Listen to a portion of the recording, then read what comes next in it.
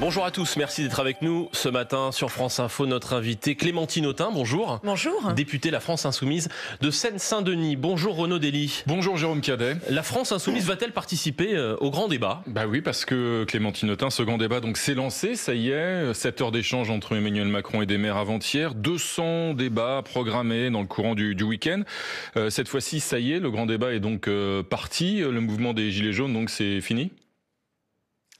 C'est le président de la République qui a fait une proposition politique parce qu'il était contraint par le mouvement des Gilets jaunes. D'ailleurs, il a tardé parce que, avant même de remettre en cause la taxe et de la suspendre sur le carburant, alors que le pays était dans une colère déjà très, très forte, il lui a fallu 3 semaines. Et encore, on arrive au 9e acte avant que le président de la République prenne une initiative qui est l'initiative de ce débat. Une initiative qui marque donc la fin du mouvement des Gilets jaunes ? Non, ça ne marque pas la fin du mouvement des Gilets jaunes. Ça marque un moment de prise de considération du président de la République de la question, mais avec une limite qui est une limite majeure. Et je reprendrai là le mot de l'humoriste Guillaume Meurice, parce que je pense qu'il a bien résumé la situation.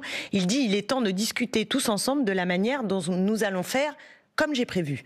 C'est-à-dire qu'on a un débat qui est très cadré par le président de la République, où vous avez des questions qui ont été soulevées autour des ronds-points de façon forte. Je pense par exemple à l'ISF, qui était une question qui revenait sans cesse, puisque la justice sociale, fiscale est au cœur des revendications, et le président de la République l'exclut, et par contre il nous fait revenir par la fenêtre, par la porte, l'immigration, la laïcité, qui n'était pas au cœur des préoccupations des Français. On entend des reportages ce matin sur France Info, des gens débattent depuis hier et parlent de l'ISF.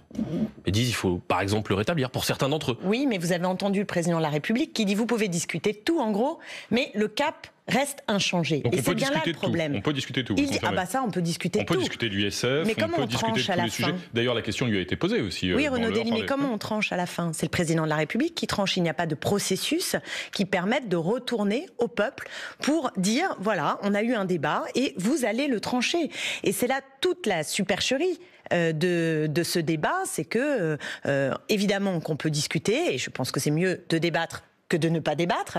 Donc vous souhaitez quand même participer à ce grand débat ? Non, nous ne participerons pas parce que nous n'avons aucune garantie de la prise en considération de ce qui va s'exprimer. Vous venez de dire juste que c'est mieux de débattre que de ne pas débattre. Oui, mais on est toujours pour le débat. Nous, on débat à l'Assemblée nationale, on y est, on débat. Non, nous ne participerons pas à ce débat parce que nous ne voulons pas cautionner une entreprise de communication du président de la République qui consiste à effectivement faire un geste parce qu'il est obligé, la crise politique est majeure, donc il fait un geste, mais en même temps, il ne donne pas les conditions que le débat au fond, soit tranché par les Français. Et c'est pourquoi nous disons, parce qu'il faut parler des sorties de crise que nous proposons. Je pense que s'il avait dit, par exemple, très simplement, je reviens sur l'ISF, j'augmente sérieusement les bas salaires, et je reviens sur la question de la CSG. S'il avait dit, bon, on commence déjà par le RIC et une dose de proportionnelle. Je vous propose une solution immédiate. Adopter le programme de la France Insoumise. Non, c'est pas le programme de la France Insoumise. Ce sont quelques mesures d'urgence qui ont émergé sur les ronds-points et qui, certes, sont dans le programme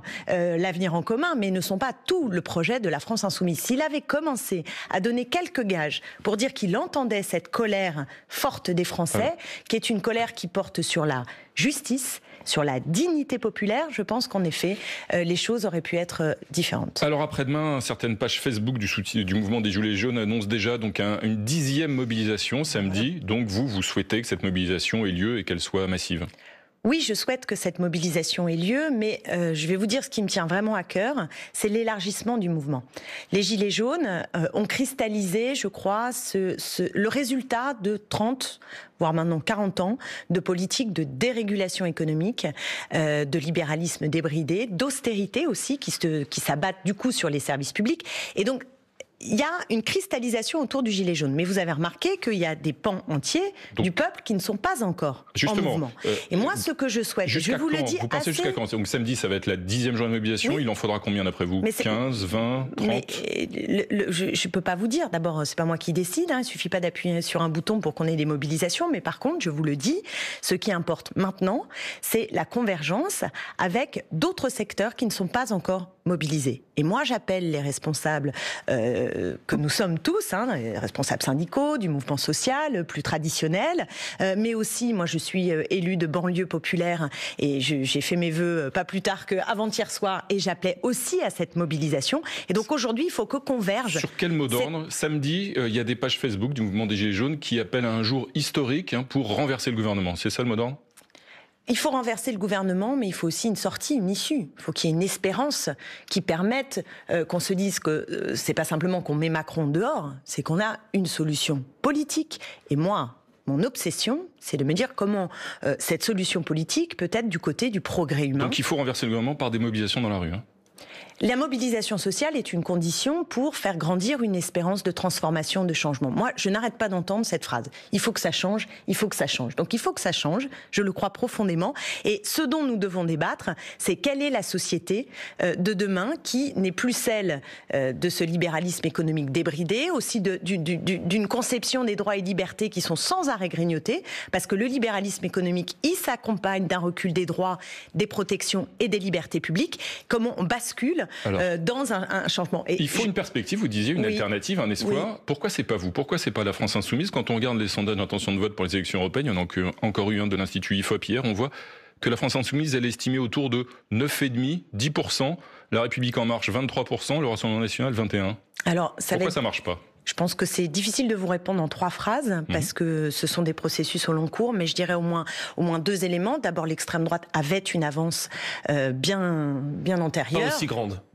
Marine Le Pen a fait 21% au point de la présidentielle. Ils sont toujours dans les sondages autour de 21%. Emmanuel Macron a fait 24%, à peu près au même niveau pour République en marche. Non, je ne vais pas esquiver votre question. Jean-Luc Mélenchon avait fait le double. Je n'esquive pas du tout votre question. Je dis qu'il y a quand même un premier élément qui est une avance de Marine Le Pen et de l'extrême droite qui est antérieure au mouvement des Gilets jaunes. Et qui premier se creuse. Point.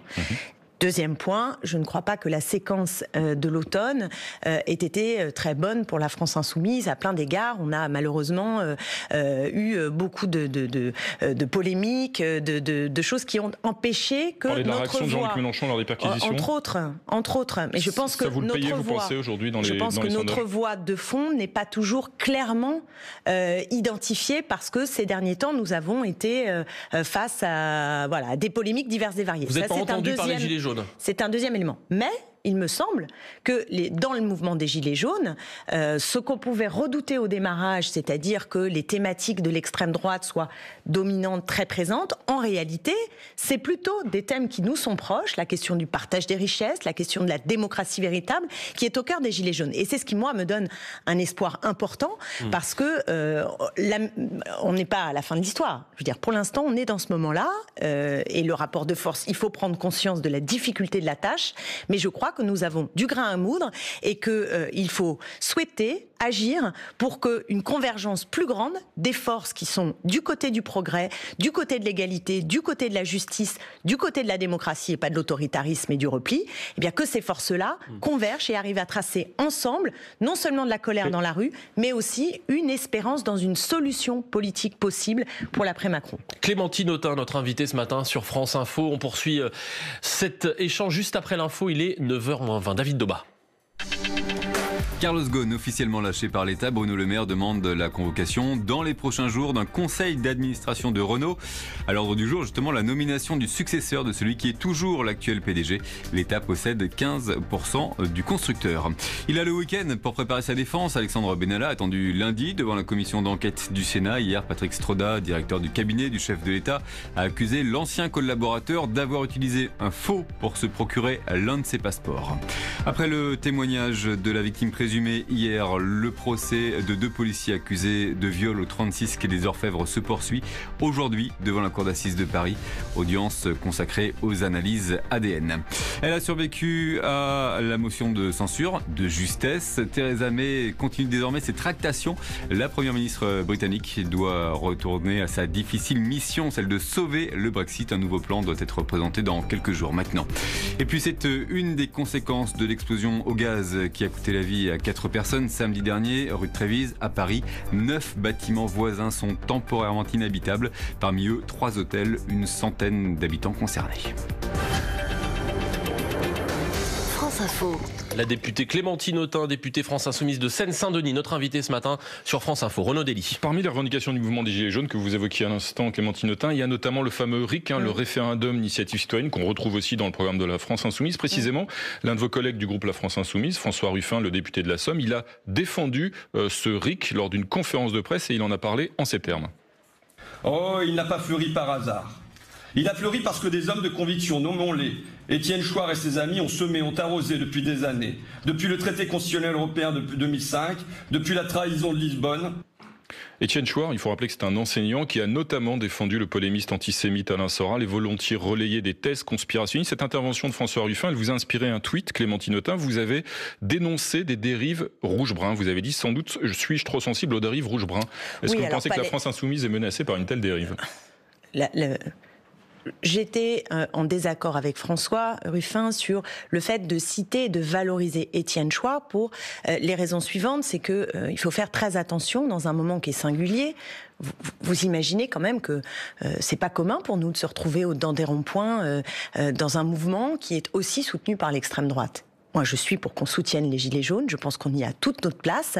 Mais on ne peut pas balayer. Non, mais je veux dire, on ne peut pas dérive rouge-brun de François Ruffin. Pas dérive rouge-brun de François Ruffin, que les choses soient claires. Sans doute suis-je trop sensible aux dérives rouge-brun. Mais ce n'est pas... Je n'aurais pas pris pour modèle Étienne Chouard. Voilà, je ne dis pas que François Ruffin est dans une dérive rouge-brun. Je dis qu'il faut faire attention à ce que nous disons dans le menu détail et au message que nous renvoyons, parce que la situation que nous traversons est tout à fait inédite.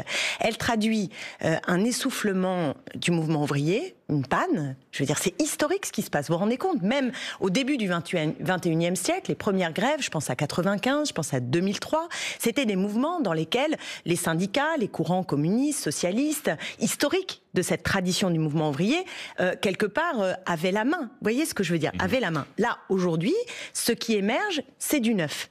Et ça nous bouscule. Et moi, je le dis, c'est une bonne chose. C'est une bonne chose qu'on soit bousculé.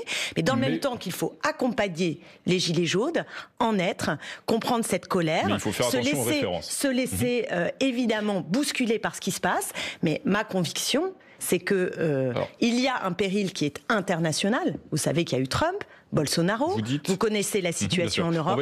Eh bien moi, je dis que nous devons être extrêmement au clair sur la confrontation nécessaire de vision du monde avec l'extrême droite. Et donc il faut faire attention aux références utilisées dans ce mouvement. Est-ce que vous êtes, vous, fasciné par Éric Drouet ? Non, je ne suis pas non plus fasciné par Éric Drouet, je l'ai déjà dit, je vous le redis. Vous comprenez que Jean-Luc Mélenchon soit fasciné par Éric Drouet ? C'est un terme. Alors d'abord, Jean-Luc Mélenchon est un Méditerranéen qui souvent utilise des termes qui sont des termes, voilà, qui je sais pas comment on peut dire, mais bon, moi je suis peut-être d'un tempérament plus mesuré, donc je ne suis pas fascinée par une personnalité. Non, mais c'est la fascination sur une personnalité. Alors après, on est allé chercher qui était Drouet. Certains ont dit, mais oui, il a voté pour l'extrême droite, puis finalement non. Donc vous voyez, tout ça est très complexe. Mais il a relayé des thèses conspirationnistes, notamment sur le pacte de Marrakech et sur d'autres sujets. Je ne suis pas fascinée par Éric Drouet. En revanche, je suis très intéressée et par la mobilisation qui est en cours et par notre capacité à contribuer à fédérer le peuple, tout le peuple. Marine Le Pen a expliqué dans une interview à Valeurs Actuelles il y a 2 semaines qu'il y avait, au fil de ce mouvement des Gilets jaunes, des convergences qui étaient apparues entre la France Insoumise et le Rassemblement National. Oui, après, elle a dit exactement l'inverse sur France 2. Donc, vous voyez, elle peut dire une chose un jour et puis une autre chose un autre jour. Je crois que c'est assez clair. Quand vous regardez notre programme et que vous regardez le programme de l'extrême droite, on a des visions du monde qui s'opposent sur des sujets, faut être concret là-dessus.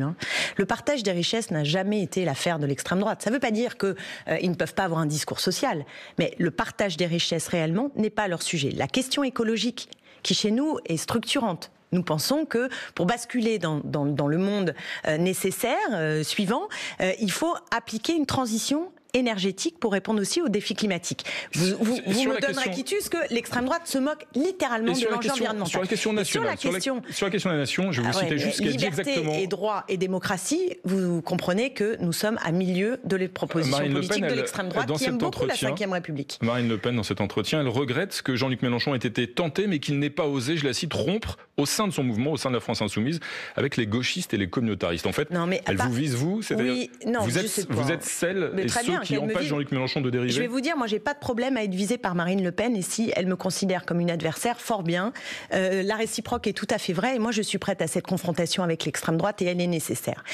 Donc ça, j'ai pas du tout de problème avec ça, mais j'aimerais bien que on n'insulte pas non plus les militants de la France Insoumise et de notre famille politique du matin au soir en expliquant que nous serions à ce point dans une bascule, prêts à faire des alliances avec ceux qui sont historiquement nos ennemis politiques. Il n'y a aucun risque d'une situation ou d'une dérive à l'italienne, en quelque sorte. Écoutez, moi, je suis ferme là-dessus. Je pense que, d'ailleurs, l'exemple italien, c'est pas la première fois que l'Italie nous sert de contre-exemple. Vous vous souvenez, il y a eu une époque où tout le monde s'était mis derrière Romano Prodi à gauche en Italie, et que le résultat a été que Romano Prodi, qui était un libéral, a été élu. Et ensuite, ça a été Berlusconi II. Il se prétendait un rempart à l'extrême droite, et au final, on n'a plus de gauche, et à nouveau Berlusconi qui revient. Premier élément. Et aujourd'hui, nous voyons bien que, oui, il faut répondre aux aspirations populaires, mais ne pas perdre le fil et la cohérence de ce qu'est un projet d'émancipation humaine qui correspond à notre tradition et à notre histoire. Il faut le dire dans des formes nouvelles, il faut chercher du neuf, c'est l'évidence, mais en même temps, je crois que cette cohérence sur le fond et sur la durée est la seule façon que nous ne mourions pas dans des projets et des aventures qui nous emmèneraient du côté du Brin et non pas dans une réponse qui permette d'améliorer la vie des gens, tout simplement. Dans sa lettre aux Français, dans laquelle Emmanuel Macron brasse l'ensemble des sujets qui peuvent être traités lors de ce grand débat, les brasse de façon très large, il a aussi évoqué un thème qui est le thème de l'immigration. Il a nécessité, je le cite, de revoir les défaillances de l'intégration. Voici ce que le président du groupe des députés marcheurs à l'Assemblée nationale, Gilles Legendre, en disait.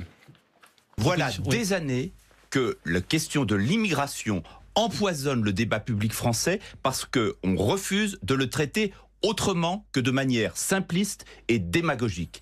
Ce grand débat donne l'occasion d'aborder les questions différemment, en donnant sur ce sujet aussi la parole aux Français, ce qui produira forcément des choses intéressantes. C'était Gilles Legendre lundi matin sur France Info. Ça vous choque qu'on parle d'immigration dans ce débat ? Je vois pas le rapport, si vous voulez. C'est-à-dire que ce grand débat, il arrive suite à la mobilisation des Gilets jaunes. Bon, j'ai pas l'impression que dans les revendications des Gilets jaunes, la question migratoire était au cœur. Et quand on voit les rapports de force politiques, idéologiques, j'estime que c'est une faute morale du président de la République que d'avoir choisi d'introduire ces questions-là. D'ailleurs, il y a même un débat dans son propre camp. Et moi, je suis amère et triste pour toutes celles et ceux qui ont voté Emmanuel Macron en estimant que c'était un rempart à l'extrême droite, et de le voir aujourd'hui jouer avec le feu là-dessus. Mais vous savez, moi j'ai participé à l'Assemblée nationale au débat sur l'immigration. J'ai vu ce qui était dans le texte, asile et immigration, et je vous assure que c'est une honte vis-à-vis de notre devoir d'humanité et de ce qu'aurait dû être un projet sur ces questions qui réellement s'oppose à l'extrême droite. La députée France Insoumise Clémentine Autain, notre invitée ce matin sur France Info. Il est 8h50, le tour de l'info, David Doba. Le service national universel voulu par Emmanuel Macron, testé dès le mois de juin, 3000 jeunes volontaires en uniforme, 13 départements concernés, notamment le Cher, la Creuse, la Loire-Atlantique ou encore le Vaucluse. Les 15 premiers jours seront dédiés à la cohésion en hébergement collectif et puis les 15 autres à l'engagement individuel.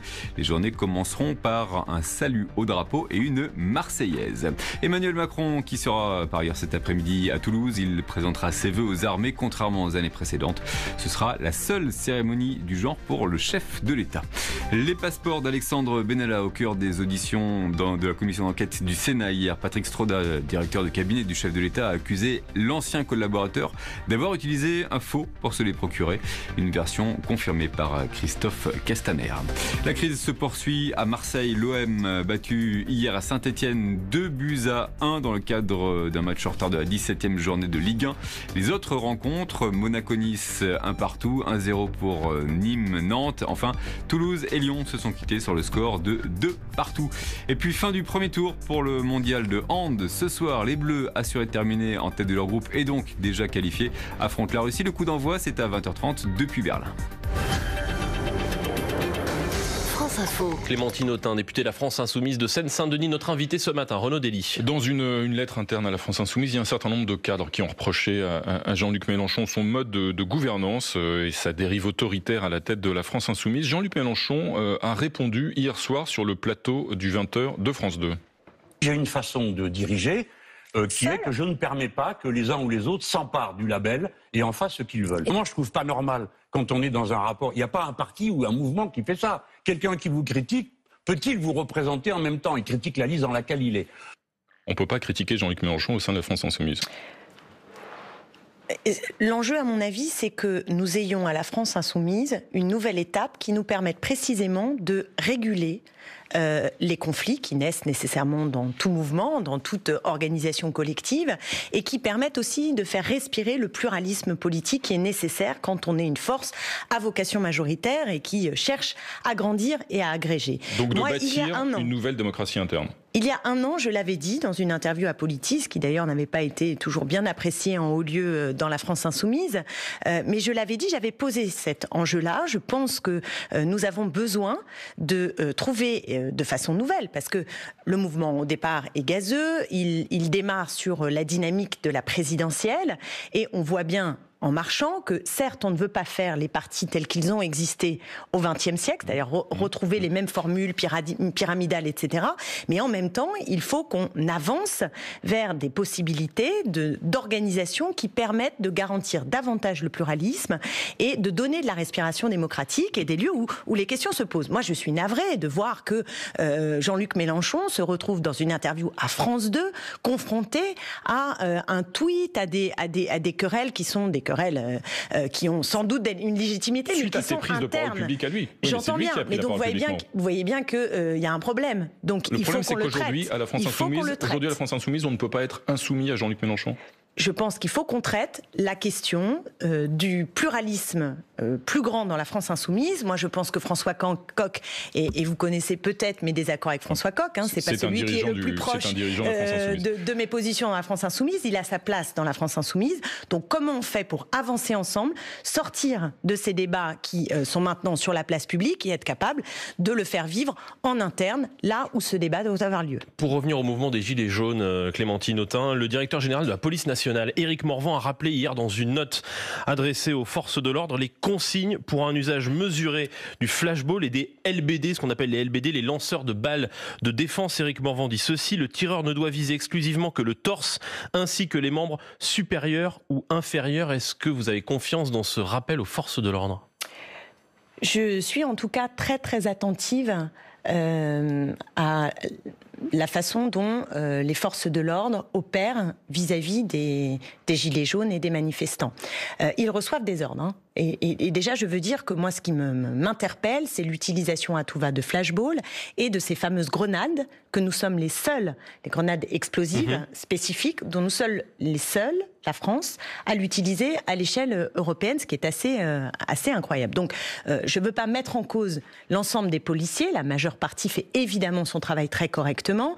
Et par ailleurs, ils travaillent aussi avec des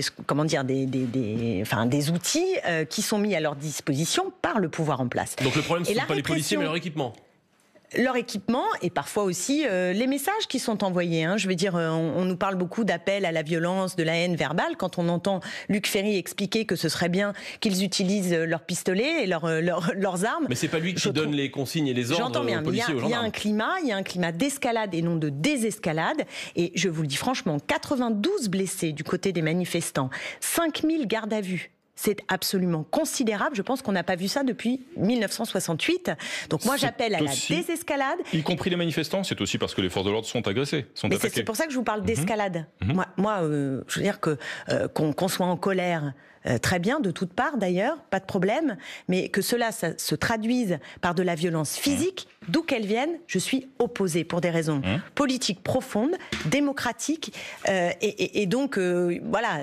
Mais la question, c'est comment on crée un climat qui permet la désescalade, et de ce point de vue, la responsabilité du gouvernement est engagée. Carlos Ghosn, l'ex-PDG de l'Alliance Renault-Nissan, est toujours en prison depuis 2 mois au Japon. Et hier, le ministre de l'économie Bruno Le Maire a lâché celui qui était toujours PDG de Renault. Il appelle à un nouveau conseil d'administration de Renault pour mettre en place une direction pérenne. À la bonne heure, non? Vous trouvez pas? Vous étiez impatiente. Ça me paraît assez raisonnable. Oui, ça me paraît assez raisonnable. Mais enfin, je constate. Alors, je sors un peu de Carlos Ghosn, mais puisque il est présumé innocent, je le rappelle, Carlos Ghosn. Oui, mais enfin, je pense que pour le climat de l'entreprise, vu ce qui lui est reproché, le climat aussi qui est lié à certaines de ses déclarations, je pense que voilà, ça me paraît de bon augure. Le gouvernement l'a protégé trop longtemps. Le gouvernement mais le gouvernement aime bien protéger les puissants. Vous avez remarqué, hein? Regardez Benalla. Moi, j'ai vu des condamnations là pour des gilets jaunes qui sont quand même assez salées et sévères. Et pendant ce temps-là, Monsieur Benalla, son coffre-fort, on va pas trop le chercher. Il est poursuivi, des passeports diplomatiques dans tous les sens. Il y a des poursuites. Oui, mais j'ai pas l'impression qu'il ait été particulièrement malmené. On est venu, il n'était pas là. On lui a dit on repasse demain, pas de problème, prenez votre temps, Monsieur Benalla. Il n'est toujours pas en garde à vue. Le sentiment de 2 poids 2 mesures, il faut que le pouvoir en place l'entende, est assez insupportable pour des millions de Français. Clémentine Autain, députée La France Insoumise de Seine-Saint-Denis, était notre invitée ce matin. Merci à vous. Merci. Bonne journée à tous.